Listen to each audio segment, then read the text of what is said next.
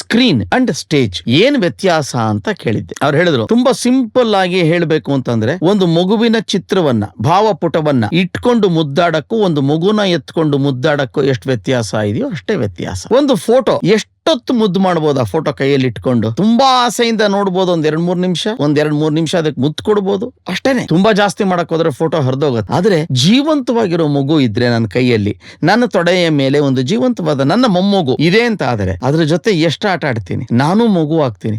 ಆ ಮಗುಗ್ ಬರ್ದೇ ಇರೋ ಭಾಷೆಯನ್ನ, ನನಗೂ ಗೊತ್ತಿಲ್ದೇ ಇರೋ ಭಾಷೆಯನ್ನ ಅಲ್ಲಲ್ಲೇ ಬಬ್ಬ ಚುಚು ಅಂತೆಲ್ಲ ಅಂತಿರ್ತೀವಿ. ಒಬ್ಬ ಪ್ರೆಸಿಡೆಂಟ್ ಆಗಿರ್ಲಿ, ಒಬ್ಬ ಪ್ರೈಮ್ ಮಿನಿಸ್ಟರ್ ಆಗಿರ್ಲಿ, ಚೀಫ್ ಮಿನಿಸ್ಟರ್ ಆಗಿರ್ಲಿ, ಅವನ್ ದೇವರೇ ಆಗಿರ್ಲಿ, ಮಗುವಿನ ಜೊತೆ ಮಗುವಾಗಿ ಹೋಗ್ತಾನೆ. ಬೇರೆ ಯಾರು ಬೇಕಾಗಿಲ್ಲ, ಅಲ್ಲಿ ಆಟ ಆಡ್ತಾನೆ. ಇದಿದೆಯಲ್ಲ, ದಿಸ್ ಈಸ್ ರಂಗಭೂಮಿ. You can see your self. ಮುಂದೆ ಕೂತಿರುವ ವ್ಯಕ್ತಿ ತನ್ನನ್ನ ತಾನು ನೋಡ್ಕೊಳ್ಳೋಕೆ ಏನಾದ್ರೂ ಒಂದು ಆಯಾಮ ಇದೆ ಅಂದ್ರೆ ಅದು ರಂಗಭೂಮಿ. ಈ ಫುಲ್ ಇಂಟರ್ವ್ಯೂನ ನೀವು ಯೂಟ್ಯೂಬ್ ನಲ್ಲಿ ಅಲ್ಟ್ರಾ HD 4K ನಲ್ಲಿ ನೋಡಬಹುದು. ಜೊತೆಗೆ all leading platforms, Spotify, Amazon music, Google podcast, apple podcast ನಲ್ಲಿ ಕೂಡ ಎಂಜಾಯ್ ಮಾಡಬಹುದು.